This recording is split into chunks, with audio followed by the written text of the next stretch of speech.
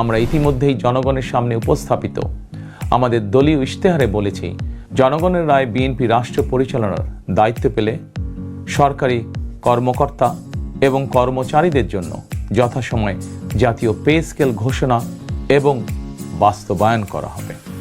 আসসালামু আলাইকুম। সরকারি চাকরিজীবীদের জন্য নবম পে স্কেল বা জাতীয় বেতন কমিশন তাদের চূড়ান্ত রিপোর্ট জমা দিয়েছে, আর সেখানেই উঠে এসেছে এই অভাবনীয় সব সংখ্যা। কিন্তু প্রশ্ন হলো, এই বিশাল বেতনের টাকা আসলে কারা পাবেন? কবে থেকে এই নতুন স্কেল কার্যকর হবে? আজকের ভিডিওতে আমরা জানাবো বিএনপির ভারপ্রাপ্ত চেয়ারম্যান তারেক রহমান এই পে স্কেল নিয়ে ঠিক কী ঘোষণা দিয়েছেন, তিনি ক্ষমতায় গেলে কবে নাগাদ এটি বাস্তবায়ন করবেন, এবং ভিডিওর একদম শেষ অংশে আমি আপনাদের দেব এমন একটি গোপন ও গুরুত্বপূর্ণ তথ্য যা পে স্কেলের এই পুরো সমীকরণকে সম্পূর্ণ ভিন্নভাবে ভাবতে শেখাবে, যা আপনি এর আগে কোনো নিউজে শোনেননি বা কল্পনাও করেননি। তাই ভিডিওটি এক সেকেন্ডও না টেনে শেষ পর্যন্ত দেখার অনুরোধ রইল। চলুন মূল আলোচনায় প্রবেশ করি। শুরুতেই বলে রাখি, আজকের এই ভিডিওর সকল তথ্য আমরা সংগ্রহ করেছি দেশের স্বনামধন্য গণমাধ্যম নিউজ সময়ের একটি বিশেষ প্রতিবেদন থেকে, যা 10 ফেব্রুয়ারি 2026 তারিখে প্রকাশিত হয়েছে। তথ্যের বিশ্বাসযোগ্যতা নিশ্চিত করতেই আমরা এই সোর্সটি আপনাদের জানিয়ে রাখছি। আপনারা জানেন, সরকারি কর্মকর্তা ও কর্মচারীরা দীর্ঘদিন ধরে নবম জাতীয় বেতন কমিশনের প্রতিবেদনের আলোকে দ্রুত নতুন পে স্কেলের গেজেট প্রকাশ ও বাস্তবায়নের দাবি জানিয়ে আসছেন। দ্রব্যমূল্যের ঊর্ধ্বগতির এই বাজারে পুরনো স্কেলে সংসার চালানো অনেকের জন্যই অসম্ভব হয়ে পড়েছে। এই পরিস্থিতিতে সবার চোখ ছিল প্রধান উপদেষ্টা এবং রাজনৈতিক দলগুলোর দিকে। গত 21 জানুয়ারি 2026 তারিখে রাষ্ট্রীয় অতিথি ভবন যমুনায় প্রধান উপদেষ্টা প্রফেসর মোহাম্মদ ইউনুসের কাছে জাতীয় বেতন কমিশন বা পে কমিশন তাদের দীর্ঘ প্রতীক্ষিত প্রতিবেদনটি হস্তান্তর করেছে। এই প্রতিবেদনটি সরকারি চাকরিজীবীদের ভাগ্য পরিবর্তনের দলিল হিসেবে দেখা হচ্ছে। কিন্তু প্রতিবেদন জমা দিলেই তো আর বেতন বাড়ে না, এর জন্য প্রয়োজন বাস্তবায়ন। আর ঠিক এই জায়গাতেই উঠে এসেছে বড় ধরনের রাজনৈতিক এবং প্রশাসনিক সমীকরণ। এখন চলুন একটু গভীরে যাই এবং টাকার অঙ্কগুলো নিয়ে কথা বলি। পে কমিশন আসলে কি সুপারিশ করেছে? প্রতিবেদনের তথ্য অনুযায়ী তারা সুপারিশ করেছে বেতন কাঠামোটি চলতি বছরের অর্থাৎ 2026 সালের 1 জানুয়ারি থেকে আংশিক বা কিছুটা বাস্তবায়ন করার জন্য, আর পুরোপুরি বা পূর্ণাঙ্গ বাস্তবায়ন শুরু হবে 2026-27 অর্থ বছরের প্রথম দিন থেকে। সবচেয়ে চমকপ্রদ তথ্য হল বেতনের অঙ্ক।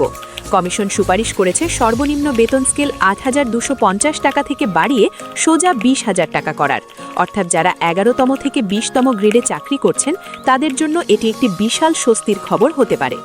অন্যদিকে সর্বোচ্চ বেতন স্কেল ৭৮,০০০ টাকা থেকে বাড়িয়ে ১,৬০,০০০ টাকা করার প্রস্তাব করা হয়েছে, অর্থাৎ ওপরের দিকের কর্মকর্তাদের বেতনও দ্বিগুণের বেশি বাড়ছে। সরকার এই সুপারিশগুলো যাচাই বাছাই করার জন্য জাতীয় বেতন commission 2025, Bangladesh judicial service pay commission 2025 এবং সশস্ত্র বাহিনী বেতন কমিটি 2025-এর প্রতিবেদনগুলো পরীক্ষা নিরীক্ষা করতে একটি উচ্চ পর্যায়ের কমিটি গঠন করেছে। গত 8 ফেব্রুয়ারি মন্ত্রিপরিষদ বিভাগ থেকে প্রজ্ঞাপন জারি করে এই কমিটি গঠনের কথাও জানানো হয়েছে।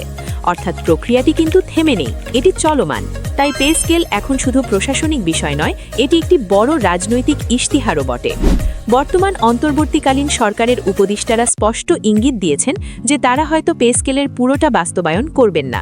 বিদ্যুৎ, জ্বালানি ও খনিজ সম্পদ উপদেষ্টা মোহাম্মদ ফৌজুল কবির খান জানিয়েছেন, নির্বাচিত সরকার চাইলে পে কমিশনের সুপারিশ করা পে স্কেল বাস্তবায়ন করতে পারে, আবার চাইলে বাতিলও করতে পারে।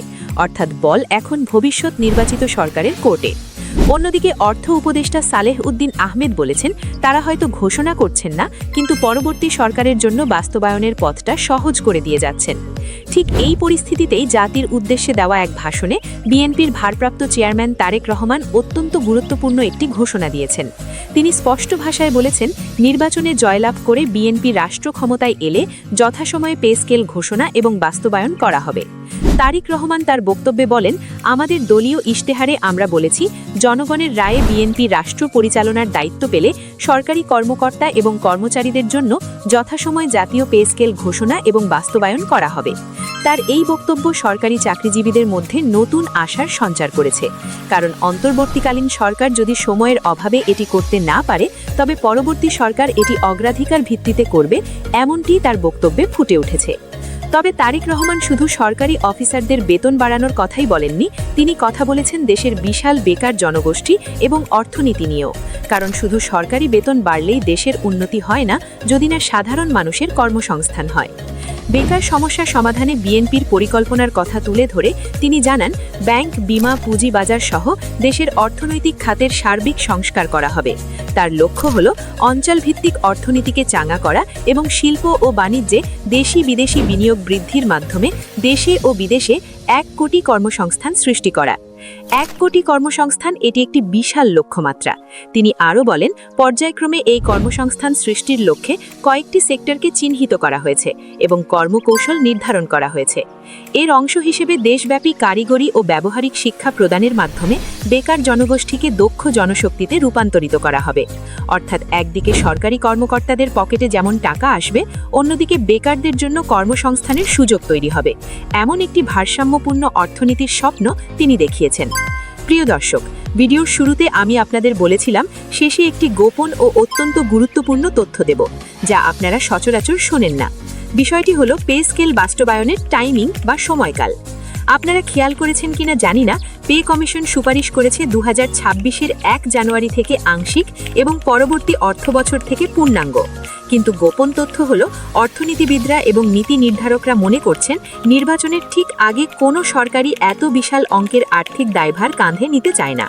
বর্তমান উপদেষ্টারা যে বলছেন পরবর্তী সরকার বাস্তবায়ন করবে, এর পিছনে মূল কারণ হলো বাজেট ঘাটতি এবং মূল্যস্ফীতি নিয়ন্ত্রণ। যদি হুট করে বেতন দ্বিগুণ করা হয়, তাহলে বাজারে জিনিসের দাম আবারও আকাশচুম্বী হতে পারে। তাই যেই সরকারই আসুক, বিএনপি বা অন্য কেউ, তাদের জন্য বড় চ্যালেঞ্জ হবে বেতন বাড়ানোর সাথে সাথে বাজার নিয়ন্ত্রণ করা। তারেক রহমান যে যথাসময় শব্দটি ব্যবহার করেছেন, এটি খুবই কৌশলী। এর মানে হলো তারা ক্ষমতায় এসে হয়তো ধাপে ধাপে এটি বাস্তবায়ন করবেন, যাতে অর্থনীতিতে বড় কোনো ধাক্কা না লাগে। আর নিম্ন 20,000 স্কেল বাস্তবায়ন হলে বেসরকারি খাতেও এর একটি বড় প্রভাব পড়বে, যা পুরো শ্রম বাজারের চিত্র বদলে দিতে পারে। এটি এমন একটি তথ্য যা সাধারণ নিউজে বিশ্লেষণ করা হয় না, কিন্তু আপনার জেনে রাখা জরুরি। আজকের ভিডিওটি এই পর্যন্তই। পে স্কেল নিয়ে তারেক রহমানের এই ঘোষণা এবং 20,000 টাকা মূল বেতনের প্রস্তাবনা নিয়ে আপনার মতামত কি? আপনি কি মনে করেন এটি বাস্তবযোগ্য? অবশ্যই কমেন্ট করে জানাবেন।